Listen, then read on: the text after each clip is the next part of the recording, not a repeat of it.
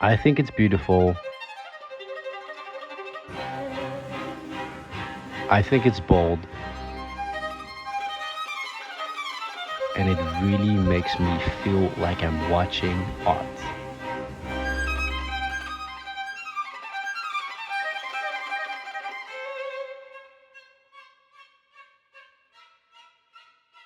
I'm talking about the 4:3 aspect ratio. Me and some of my friends were having conversations about how cool we all think that the aspect ratio looks and how we would use it to elevate our productions. I think it's a very unique aspect ratio that has very specific things. So today I want to talk about the revival of the 4:3 aspect ratio. First, let's get into some history. In the early days of filmmaking, the 4:3 aspect ratio was the only aspect ratio that filmmakers could use because that was simply the only film size the technology of the time could provide. But frankly, at the time, especially in the latter stages of its exclusive use, a lot of filmmakers felt restricted by the format because they couldn't show everything they wanted to show.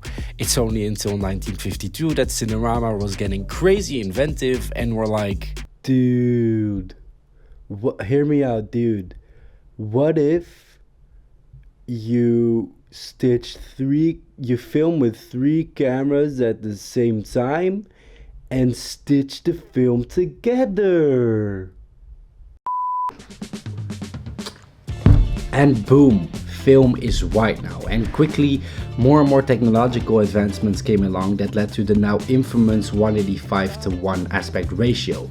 And even more quickly, widescreen cinema became the norm, which is why both studios and filmmakers quickly became tired of 4:3 because of its restrictions. It's kind of like letting that one friend with the shitty phone take the group picture, even though their pictures actually look like Minecraft, when the rest of the group all have iPhone 15 Pro Max Ultra 4K. You get the point. I'm out of water.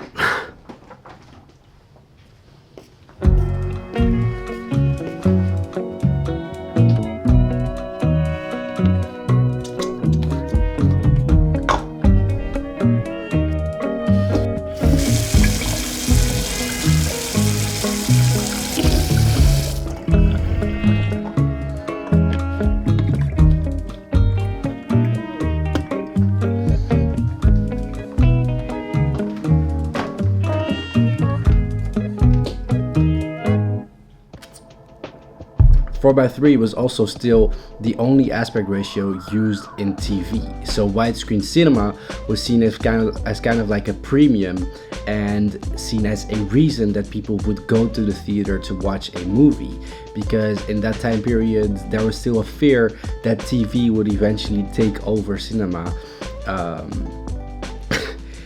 It seems like history is just maybe repeating itself.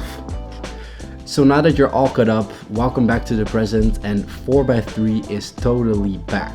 I think the big difference is that now it is not so much seen as a restriction, but more as an opportunity to make something that looks unique and specific and motivated to use this format. And it has both been introduced in the film industry and online. 4:3 has become a choice, and a bold choice, and the first one that was brave enough to make that bold choice in cinema was obviously the elephant in the room, Wes Anderson with the Grand Budapest Hotel. I have to talk about it. Wes Anderson reinvented the 4:3 aspect ratio and used it to his advantage. His work is widely known for its very symmetrical and clean look, and the 4:3 aspect ratio helps with this because of its obviously more square-ish look.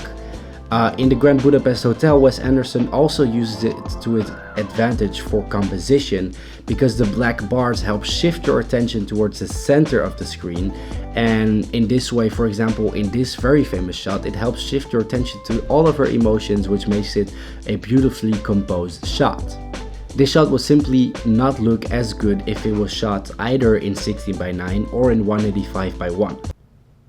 Talking about composition, let's talk about its even more recent appearance on social media. Because let's be honest, if you're an independent filmmaker like I am, you probably can't get around the making of short form content for social media platforms that utilize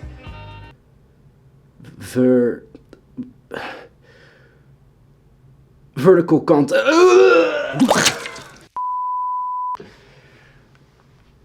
Vertical content.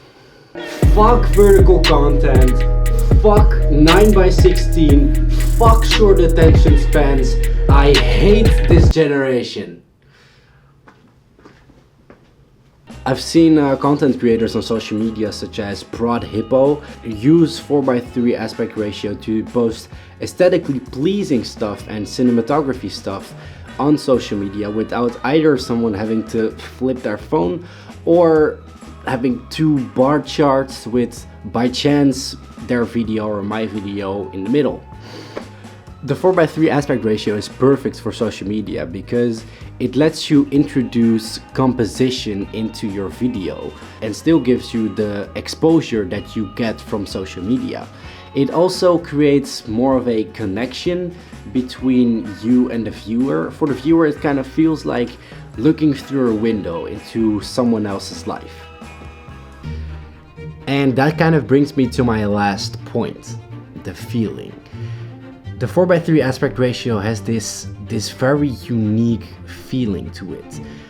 Even though, like I said, it creates a connection between the viewer and what's on screen, but it also gives this nostalgic and vintage feeling to it, probably because it was so widely used in the early days of film. And now that we're already talking about online creators, I think Natalie Lynn does this perfectly. Her videos use the 4:3 aspect ratio to create a feeling that's so intimate and so personal and almost vintage, I think, which I really think it's a motivated use of the 4:3 aspect ratio that is super brilliant. So yeah, I'm definitely going to look into how I can use this 4:3 aspect ratio to elevate the production of my videos, especially in the upcoming videos, because next week I'm leaving to Flagstaff, Arizona, USA, to produce a live TV show for 3 weeks. And that means that I'm either not going to have the time to post at all and you're gonna have a dead silence, or I'm gonna post amazing vlogs. It's either one, but I really want to hold on to this weekly posting schedule because I feel like the algorithm is finally noticing me. So yeah, help me out if you like the videos and like and subscribe, and in that case I'll see you next week.